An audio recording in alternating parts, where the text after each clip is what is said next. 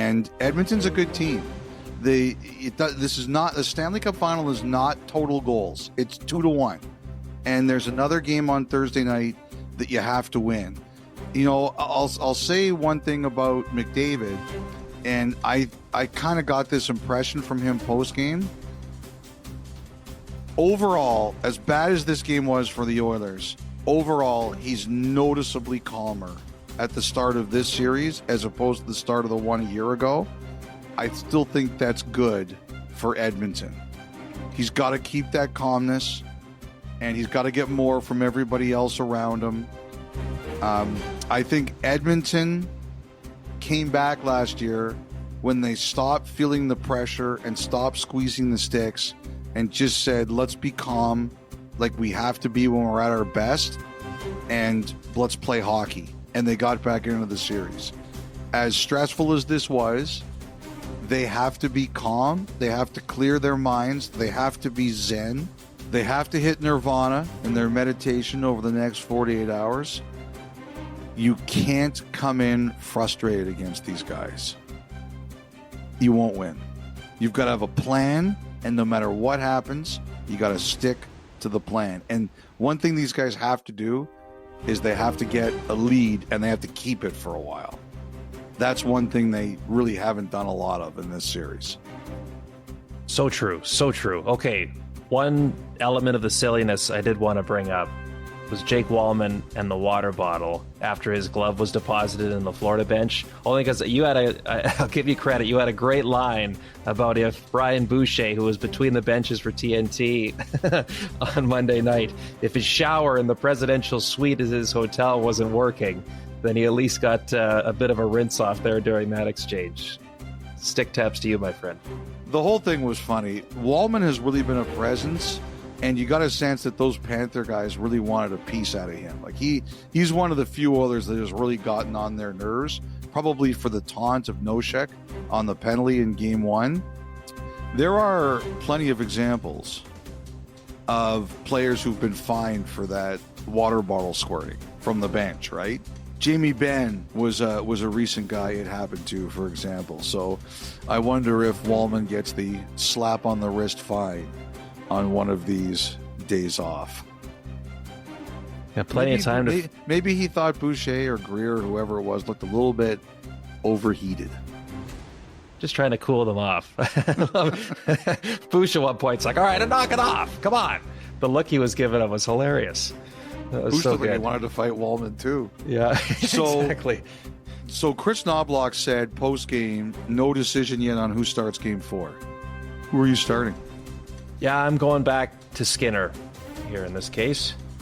And not just because he was kind enough to give us an interview before the final started. But I think, and listening to him Pickard post-game... was pretty good. Sure. The more I watched Pickard, the more I thought about it, but... Like, you know what you're getting. Skinner, yes. For sure. You know what you're getting in Pickard. The guy battles his rear end off anytime he's in there. And he's had a hand in the Oilers being where they're at right now. But I thought the way Skinner handled his media post-game, as he's always done, wasn't running from anything. I think that'll play a role in allowing himself to reset before, along with everybody else. And he's your guy. He's your guy. And I'm sure there's a couple he's looking at going, I wish I would have done this a little differently. But this was not a case of, boy, the Oilers get one or two more saves. It's a different outcome. They were just outclassed in far more areas than that here in game number 3. One other thing I wanted to mention from this game, some Oilers fans sent me some angry DMs because I praised the play by Barkov that took Klingberg into the official. And I can understand why Klingberg was upset. You never want that to happen, especially when seconds later the puck is in your net and it's a massive goal. But I had a player specifically reach out to me to say that Barkov deserves praise because he knew exactly what he was doing. He used the boards and the official to trap Klingberg. It's like a basketball trap where you not only do you defend the player with the ball, but you try to trap him in the corner so that the baseline and the sideline become added defenders. He said that Barkov knew exactly what he was doing when he did that. And he said that's why he's winning the Selke every year, because he knew exactly what he was doing, and he used the official to help make that turnover on Klingberg. Interesting. And one other thing here, Elliot, I don't know if you had anything further to add on the Ryan Nugent-Hopkins situation. Obviously, it was a game-time decision. He played just over 15 and a half minutes. I know the third period was what it was. Also, he didn't take any face-offs in Game 3. He had been taking some draws the first two games, and, of course, earlier in the playoffs. It's good that you pointed that out, and thanks for reminding me. Like, he went on the ice at the end of the morning skate, and you could tell he was playing the puck a bit daintily. Right? This is clearly some sort of hand-wrist thing. So, along with 2 days off, likely benefiting the Oilers to reset, very much so for Ryan Nugent-Hopkins as he continues to battle his way through. Okay, Elliot, every now and then on this podcast, as you know, some quirky, outlandish, sometimes thoughtful suggestions for rule changes, maybe for the sport at the NHL level, come across the desk. This time, not from us, though. It sounds like some players that have been following along throughout the playoffs, and particularly the Stanley Cup Final, have some ideas about some changes that could be made to the game flow. Yes, Kevin Bieksa came up to me after Game 2, and he said there were some players who made some suggestions for the podcast about rules changes that they would like to consider or discuss after watching Game 2 of the Stanley Cup Finals. And the first one was, if you ice the puck 5 times in one period, after that, delay of game penalty. The players felt there were too many icings in Game 2. Thoughts?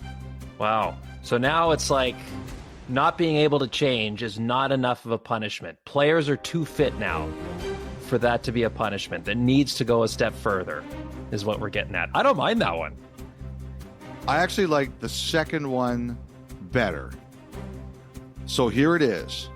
This was the player's suggestion. Now, by the way, I would just like to say to Ron Hainsey from the Players Association, if he thinks the podcast has a stupid idea, he will text me and say, "You are an idiot." If you don't like these ones, Ron, it's the players, not me. This is it. The players suggested, and I like this one, that if you're playing defense in the D zone and your stick breaks and your team ices the puck, you should not be allowed to go to the bench and get a new stick. When play resumes, you should still be without one, and you shouldn't be able to go back and get a new stick unless it's in the true flow of the game, not an icing. Wow. I actually really like it. I really like it. It feels, I mean, it's a little barbaric, but the more I let it sink in, that could be kind of fun. So now I'm just picturing, obviously, I like barbaric. I'm pro-barbarian. Right. Well, that's the area you grew up in. But so now I'm picturing like a centerman with their stick broken. Now, obviously, you could have a winger take the draw.